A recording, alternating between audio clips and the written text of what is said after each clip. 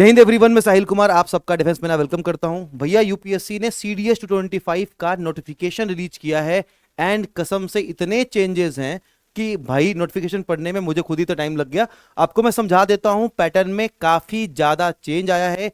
And एक चीज और ध्यान रखना भाई, इस बार करेक्शन विंडो नहीं देंगे। दैट मीन्स कि जो भी भरना बहुत तमीज से भरना और सही से भरना, करेक्ट करने का मौका नहीं मिलेगा। चेंजेस क्या है मैं आपको बताता हूं, कौन कौन से पार्ट का ध्यान रखना है। और हाँ, इसके अलावा एक तुम्हारे लिए बहुत प्यारा सा अपडेट है, दिल खुश हो जाएगा तुम्हारा। स्टार्ट करते हैं। सबसे पहले भैया जो आपका लास्ट डेट मैं आपको बताऊंगा, आप देख पा रहे हैं कि लास्ट डेट आपका 17 जून यानी कि 17 जून को आपका लास्ट डेट है।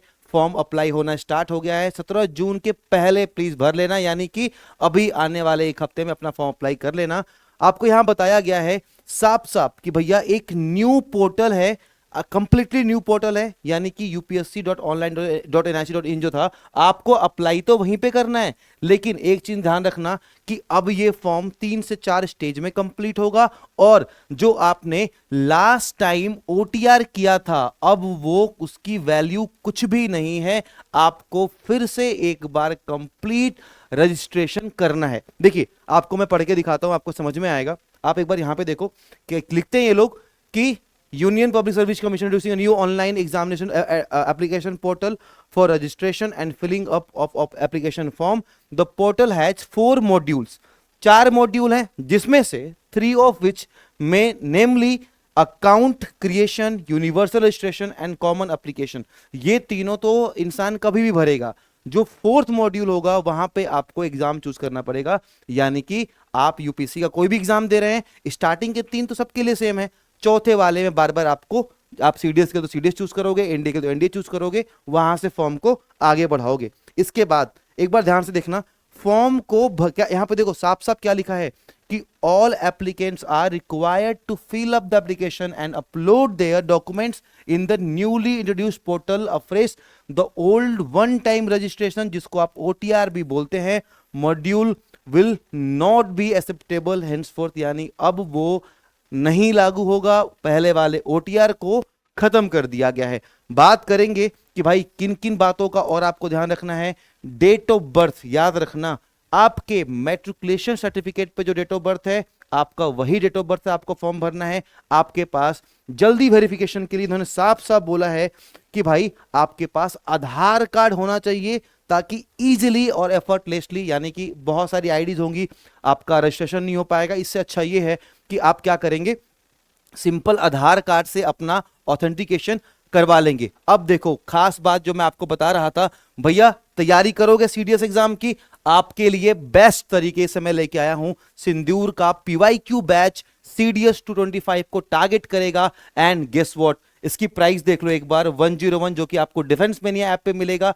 सारे सब्जेक्ट की डेली लाइव क्लासेस होंगी और हर एक टॉपिक को थ्रू PYQs कवर करेंगे। आप XYZ किसी भी कोचिंग से पढ़ाई करते हो, हमारे पास हो, सेल्फ स्टडी करते हो, आई बेट ये बैच आपके लिए इतना यूजफुल होगा। आपको यहां पे डेली वोकैब के क्विजेज, जिससे आपका वोकैब स्ट्रॉन्ग होगा, इडियम फ्रेजेस के नोट्स, सारी क्लासेस स्ट्रक्चर्ड फॉर्म में, सब कुछ आपको मिल जाएगा। एंड 101 यूट्यूब पे देखना चाहते हो तो फ्रीली सबके लिए अवेलेबल है ही, पर ऐप पे आपको इतनी सारी चीजें, पर्सनल डाउट सेशन, SSB का मेंटरशिप, सब कुछ मिलेगा। जाके प्लीज रजिस्टर कर लेना डिफेंस मेनिया ऐप पे। 101 का तो यार तुम डेयरी मिल्क खा जाते होगे। चलिए स्टार्ट करते हैं। सबसे पहले उसके बाद साफ साफ लिखा है कि भैया ध्यान रखना है आपको कि केवल एडमिट कार्ड इशू हो जाए, इसका मतलब ये नहीं होता कि आपका फॉर्म एक्सेप्ट हो गया है, आपका कैंडिडेचर कैंसिल नहीं हो सकता।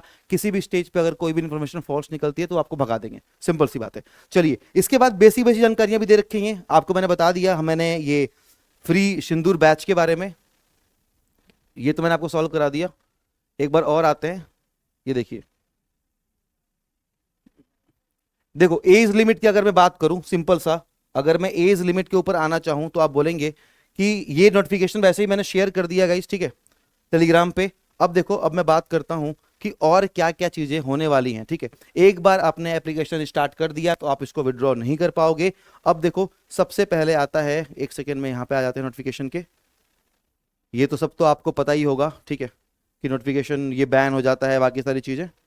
यहां पे आते हैं, वैकेंसीज देख लीजिए। इस बार वैकेंसी आपकी IMA की 100 वैकेंसीज हैं, इंडियन नेवल एकेडमी की 26 वैकेंसीज हैं, एयरफोर्स एकेडमी की 32, ओटीए मेन की 276, इसमें कुछ सीटें एनसीसी वालों की होती हैं, एंड ओटीए चेन्नई वालों की 19 वैकेंसीज है। ये तो बात रही वैकेंसीज की। अब बात करेंगे कि भाई आपकी एलिजिबिलिटी क्या होने वाली है, कैसे प्रेफरेंस डालोगे। अब देखो, अच्छा एक चीज और भी है इसमें, ये बोला है जैसे आपको पता होगा अनमैरिड कैंडिडेट्स का, राइट। अब देखो अनमैरिड के अंदर बहुत लोग ये सोचते थे कि साहिल भैया, ये देखते, रुक जाए एक मिनट, इसको पार कर ले, आपके माइंड में आएगा क्या कि हाँ ये रहा। देखो सबसे पहले बात करेंगे एज लिमिट की। अगर मैं आईएमए वालों की बात करूं, तीसरी बार बता रहा हूं मैं आप लोगों को, बहुत ध्यान रखना कि भैया आईएमए के लिए 1 जुलाई यानी 2 जुलाई 2002 से लेके 1 जुलाई 2007 तक के जितने भी लोग हैं वो सारे एलिजिबल होंगे।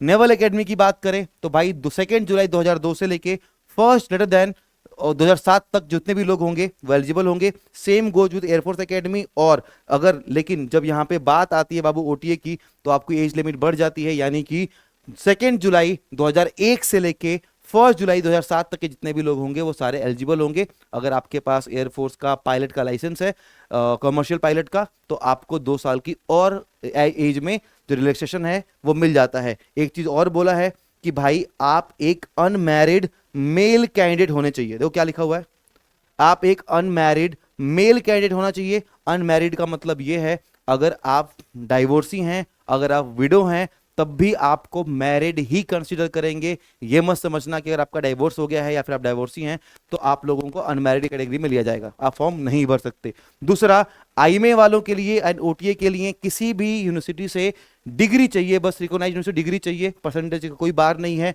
सेम आईएनए के लिए आपको बीटेक चाहिए, यहां भी परसेंटेज का कोई लेन देन नहीं है। लेकिन ध्यान रखेंगे कि एयरफोर्स एकेडमी के लिए आपको डिग्री चाहिए एक रिकॉग्नाइज्ड यूनिवर्सिटी से, लेकिन आपके 12th में फिजिक्स और मैथ होना चाहिए। ये इंपॉर्टेंट अपडेट थे भाई। 4 मॉड्यूल हैं, 3 को भरना है। एक प्रॉपर वीडियो बनाऊंगा कि फॉर्म कैसे भरना है, ताकि आपको बिल्कुल समझ में आ जाए और आपके जीवन का सवाल है, कोई गलती ना हो। बाकी प्लीज सिंदूर बैच पीवाईक्यू के लिए देख लेना, ये बेस्ट होने वाला है। बैच 2 जून से स्टार्ट होगा। थैंक यू सो मच, जय हिंद।